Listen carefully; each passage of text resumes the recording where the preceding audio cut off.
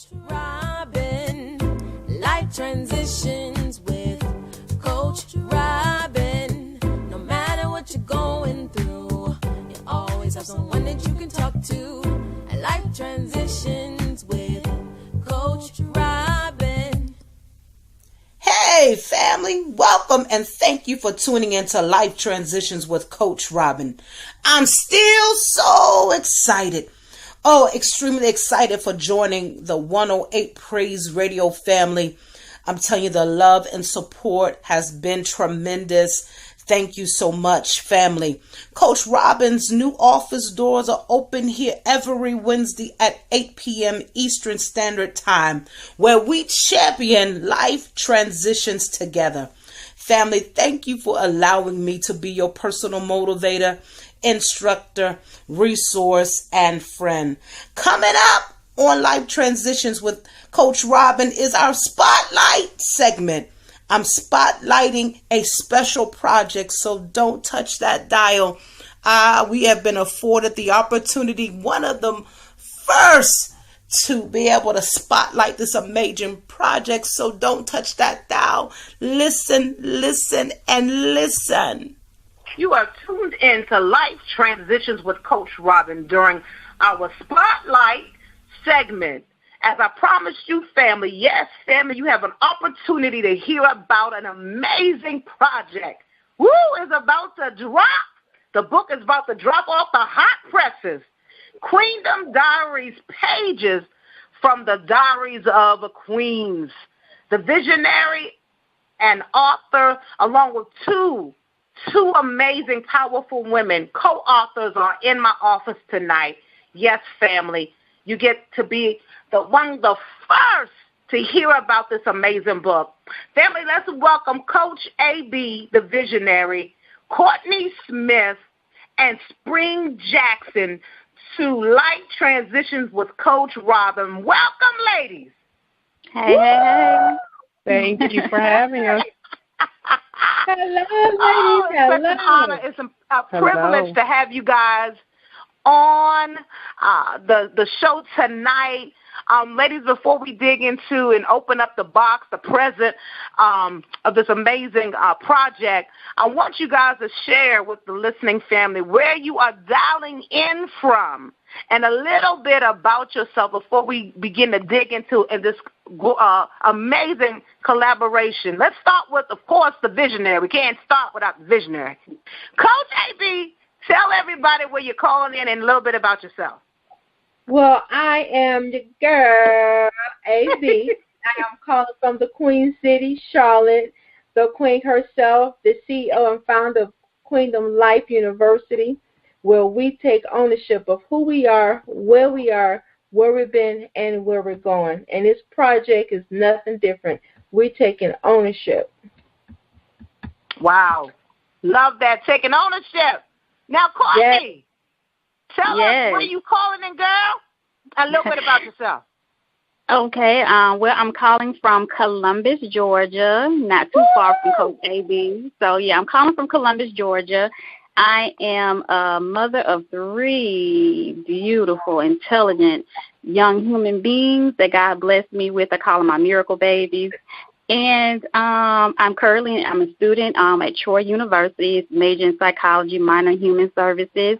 And I am on a mission to do what God has called me to do, and that is to help women shift their hurt to healing. So I am here. This is one of my many projects that I have going on, so I'm very excited.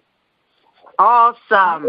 And last but not least, Spring, give us where you're calling in from and a little bit about yourself.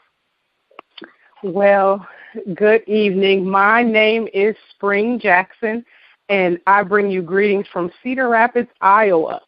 I'm in the Midwest. Iowa's in the house. Yes. Ooh, wow.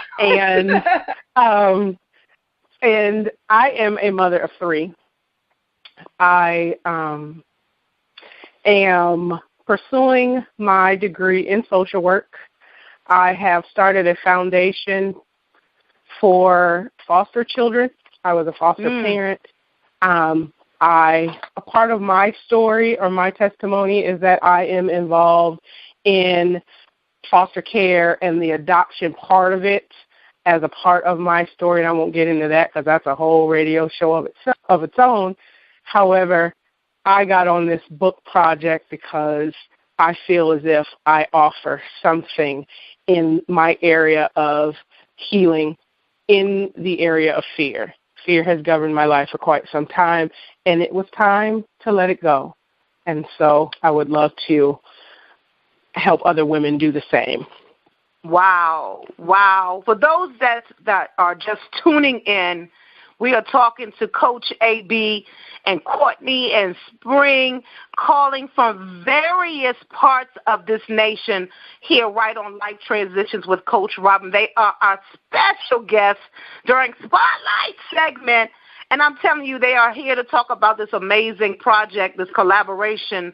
Oh, God, it's amazing. The title itself is Queendom Diaries, Pages from the Diaries of Queens. I love that. I want to start talking about the heart and everything behind this amazing project. And again, I thank you guys for being on with me tonight. I'm going to start, of course, I got to start, like I said, with the visionary, Coach AB. I got a quote that I got from you, reading a little bit about you. And it says, the Queendom Diaries is a book anthology, will bring healing in the inner child, set free teenagers, and push that woman into her destiny. Wow. That sounds like a preach, but, we're going to leave that alone. Now, I want you to explain that to my listening family. That quote right there. Well,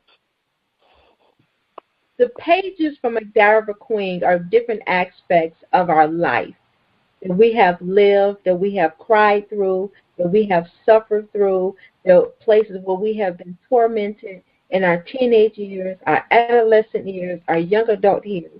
We're writing to those aspects of our life so that teenager can grow up on the inside of us and blossom into the woman that she should be.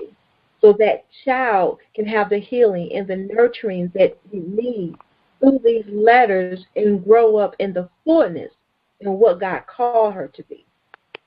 That's the nature and the heart behind that quote. I want to give you my diary, but I want to give it to you from a place where I am now, ministering to the place to where you are hurt at. Wow. So, now, some of us Ebonic, and I'm going to say I raised my hand because I want to know what's an anthology. Now, can you explain that for me?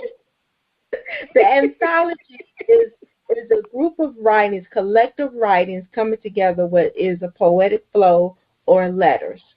So the anthology comes from every different aspect of the letters that every young lady is writing. We're coming together collectively on one accord with one mindset, and that is the set inner child. Wow. You just said something that I wasn't going to go there, but I love that you said unity and one accord. Now, in the community, I'm not going to make it a racial thing or a particular race of people, but I do know women seem to have a hard time to be unified.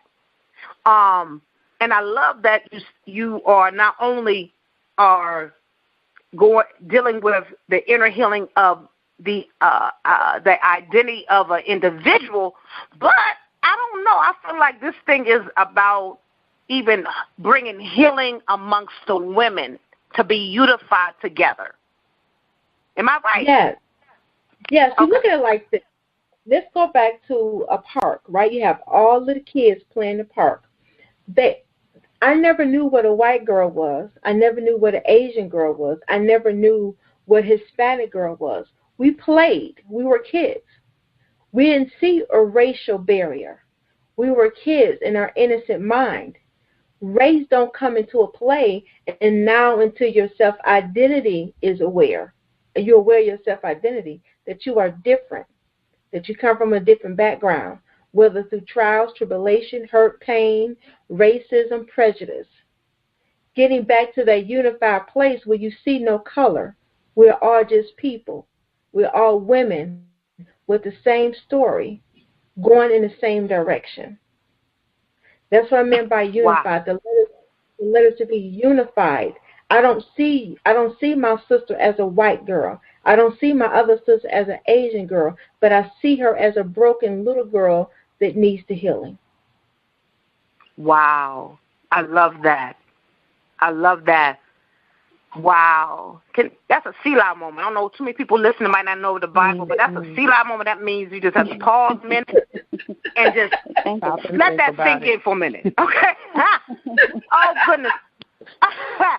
Courtney, now I'm going to come on over to your end a little bit. Okay. I want to know, first thing, I want to know what sparked your interest to be a part of this collaboration. Well, when I looked and I saw that Coach AB had extended this to a numerous of other women, I was actually I'm actually in the middle of writing a self-help book now of my own. But when I started to look at the details of what she was speaking about, that it was speaking to our younger self, what we would tell ourselves now. And I was just like, I have to say something. I can't be muzzled anymore, because I can remember when I was going through those things, and when I came through and was able to process and just ask God, to show me how to get through it. And I promised him that if you do, I won't be muzzled. I'll reach back and I'll pull another woman along the way so I can prevent or try to help her from going through the same things that I've been through. So when this offer came about, I said, I have something to say. So I was just like, I have to get on this. I have to say something because just like Coach AB was saying, that, we need to be unified. And at the end of the day, I am my sister's keeper. We are each other. I hurt like how you hurt. I feel your pain the way that I would feel the next woman's pain. We are each other. So if I can reach back and say, hey, I know what it's like to feel depressed. I know what it's like to feel hurt. I know what it's like to feel, have your heart broken, the things that we go through, then I can be able to, in this letter, to kind of shed some wisdom, so to speak, or give some type of healing advice to kind of heal that wound, to make it softer, or either to prevent that person from going further down that road of hurt. So when that offer was extended, I said yes. I had to be obedient. It's like, okay, I have to no longer be muzzled and put my letter out there. So here I am. Wow. I like that word muzzled. I'm no longer going to be muzzled. That in itself make you, I don't know about nobody else. That just jumped out. Mm-hmm. You said something there. It make me feel like when you look at as a child or even as an adult, you would see a dog being muzzled, and when I look at a muzzle, you're being refrained. You're being, what is it, held back. You're not able to move. Girl, you said that muzzle thing. Exactly, and the reason being is because when you think about it, that's what the enemy wants. He does not want us to open up. He doesn't want us. He wants us to be in captivity. He wants us to be captive and muzzled and restrained, because he knows that once she opens up and get that strength and that power to say what she has to say, because it's power in our words, and it's power is healing in our words. So when we begin to speak on these things, not only are we it's kind of like a 2-for-1. I'm helping the next woman heal, but I'm also healing myself too on another level.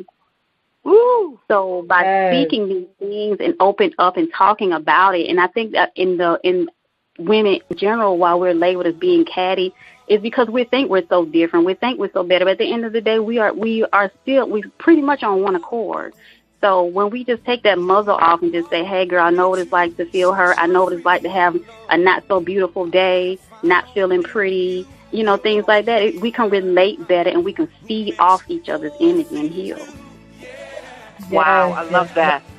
And you just segued yourself into you didn't even know. See, that's what unity. We already unified on the show, y'all.